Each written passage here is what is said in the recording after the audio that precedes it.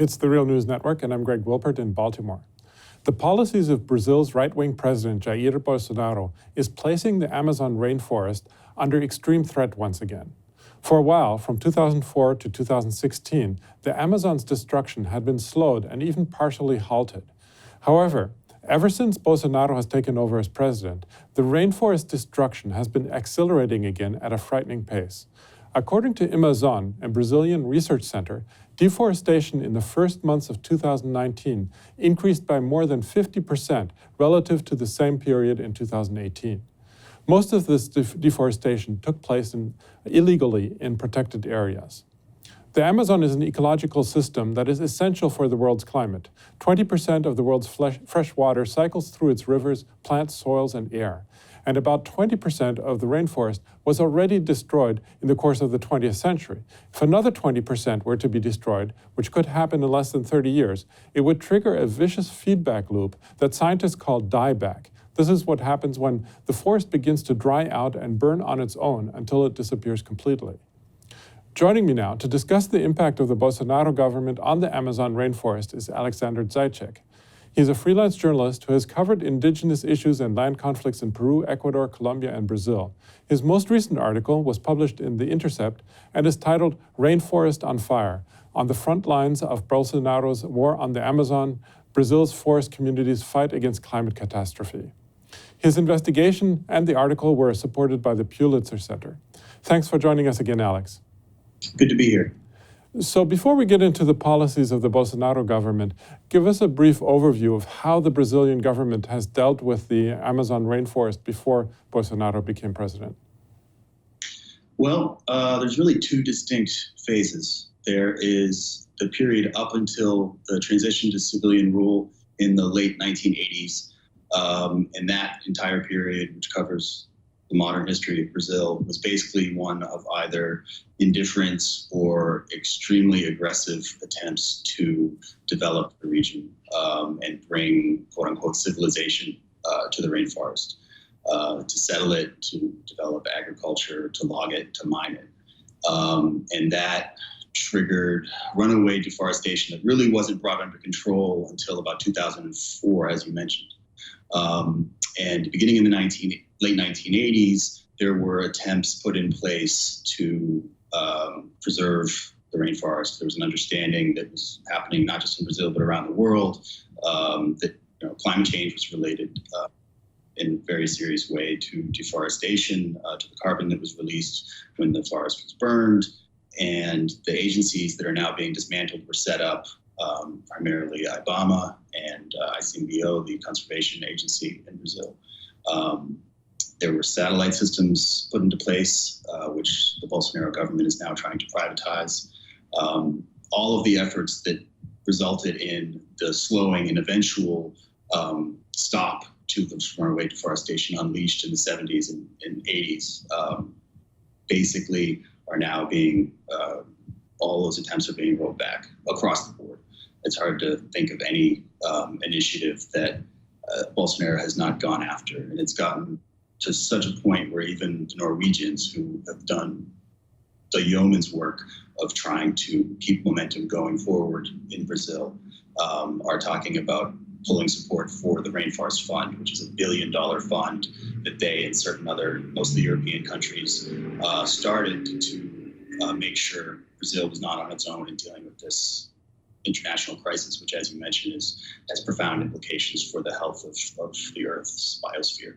Well, let's dig a little bit deeper into this. I mean, as we've had you on before, actually, a couple months ago, and it was already clear back then that, and also already when Bolsonaro was running for president, that he has complete disdain for the Amazon's protection.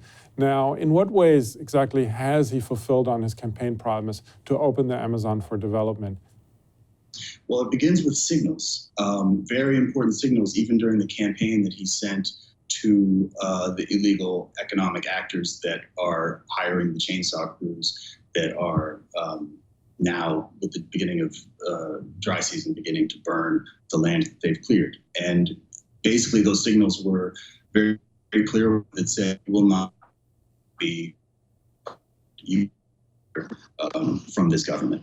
And we're now seeing the fruits of that. Some of the early data that we got in the beginning of winter, which you mentioned, were scary enough. But now we're getting information with regard to the dry season, which is not just 50% up, but 90 and 100%. We're seeing double the rates of recent years. And the satellites, it's worth noting, can't even capture the worst of it because all they can really see is outright deforestation, and they catch the plume sent up by the burns. But what you find on the ground, and this is why the indigenous communities that I wrote about in that piece are so important, they're sort of like satellites on the ground. What they can tell you about is forest degradation, forest fragmentation, the smaller cuts, which show you the trend lines into the future. They can show you what's happening under the canopy, which is often as important as the outright clearance of the canopy. And the agencies that were put in place to monitor this stuff on the ground alongside the indigenous communities and other traditional forest communities are being defunded, they're being destaffed, they're basically being restricted from doing their jobs. In the most famous instance, in the Jamari National Forest, IBAMA agents were told personally by Bolsonaro in a video he released not to destroy, they were prohibited from destroying equipment that was requisitioned in the forest, which is their main deterrent, actually. I mean, the fines they give have always kind of been jokes. Almost none of them are ever paid. But when heavy machinery is destroyed in situ in the forest, that's a serious deterrent because this is quite expensive machinery, regardless of who's funding the operations. And Bolsonaro is actively holding back IBAMA agents from executing the one power they have to actually deter this kind of activity in protected areas. It's like I said, it's across the board. I mean, you can go through any of the agencies and show basically how it's been gutted and how people are being kept back from doing their jobs. FUNAI, the Indian agency, is operating at a drastically reduced capacity. Often you have field stations in the middle of the Amazon with one FUNAI agent who's responsible for a vast territory of escalating social conflict and violence. And the idea that they're going to be able to fulfill their duty to help the indigenous communities monitor and protect their land is, it's not realistic. Now, the Amazon is known not to be very good for growing crops because the soil is not very fertile.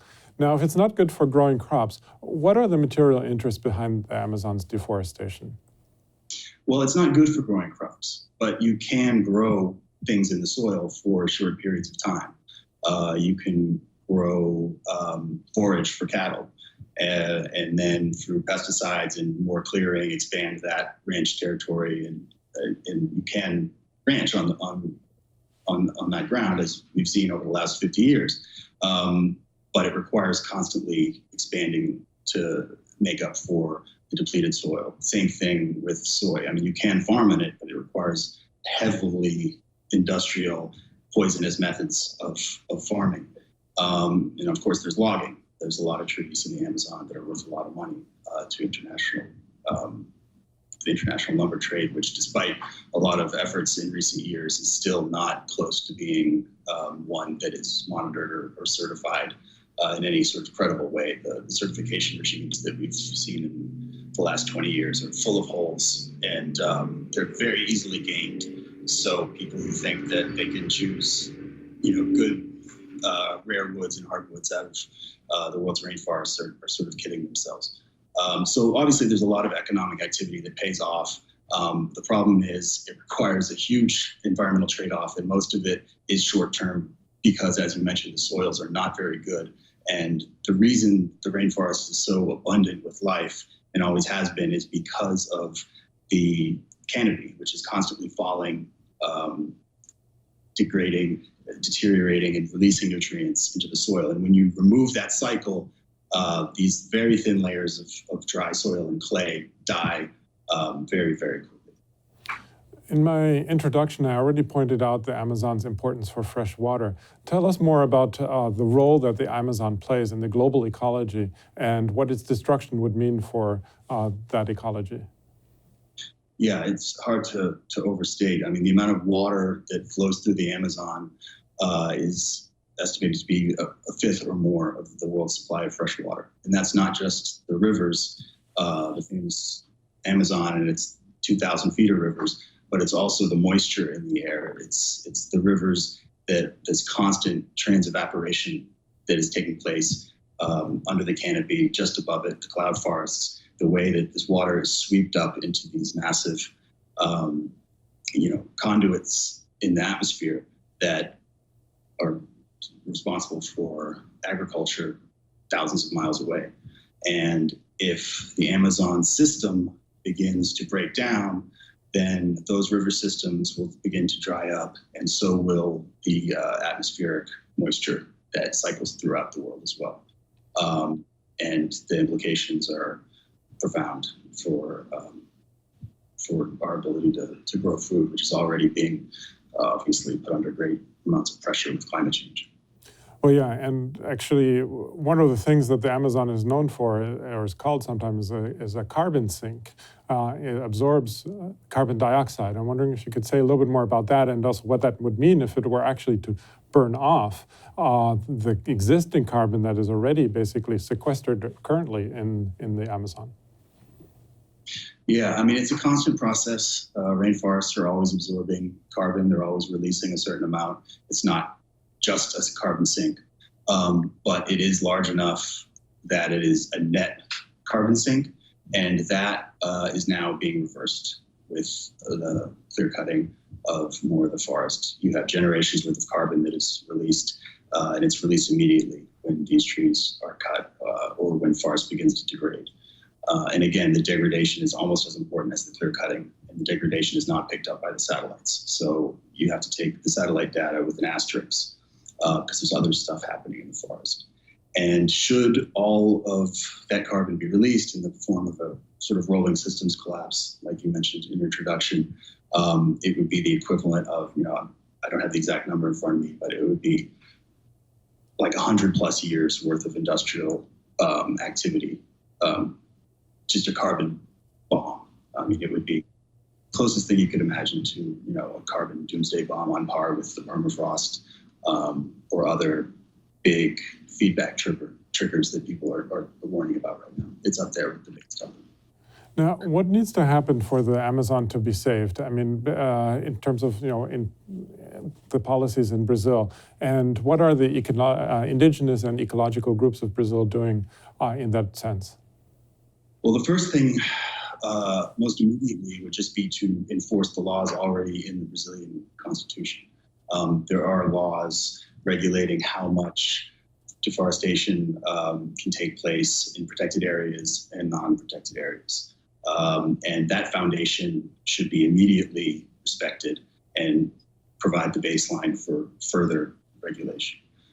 That is not happening. The agencies that are being gutted should be expanded. They should be empowered to do their jobs. More people should be hired, not fired, which is what's been happening under Bolsonaro. The tribes who are on the front lines of these struggles and provide often the buffer between larger tracts of forest and the so-called economic frontier, they should be assisted to do the work that they've been doing for so long and want to continue doing and are now doing alone. They've been abandoned to monitor these ancestral forests themselves, which is a very dangerous thing to be doing when you don't have state support. And murders have been a big part of the story and unfortunately look set to increase. And that's a risk that they're very bravely willing to take. When I was down there, it's very inspiring to hang out with these people and see how much danger they're in and how much danger they're willing to accept for them and their families to try and protect what they understand to be an international commons. And more broadly than that, I think there's a conversation that's beginning to take place that I think has to deepen and accelerate the sooner the better. And that's the conversation about whether this 8 billion person global economy based on growth and consumption can be massaged into sustainability, which is a very dubious proposition. And I think we need to really start thinking about different frames, different organizing principles for our way of life on this planet. Okay, well, we're going to leave it there for now. I'm speaking to Alexander Zaitchik, freelance journalist and author of the Intercept article Rainforest on Fire, which I highly recommend for everyone to look at, and we'll link to it with our story. Thanks again, Alex, for having joined us today. Great to be here. Thank you, Greg. And thank you for joining the Real News Network.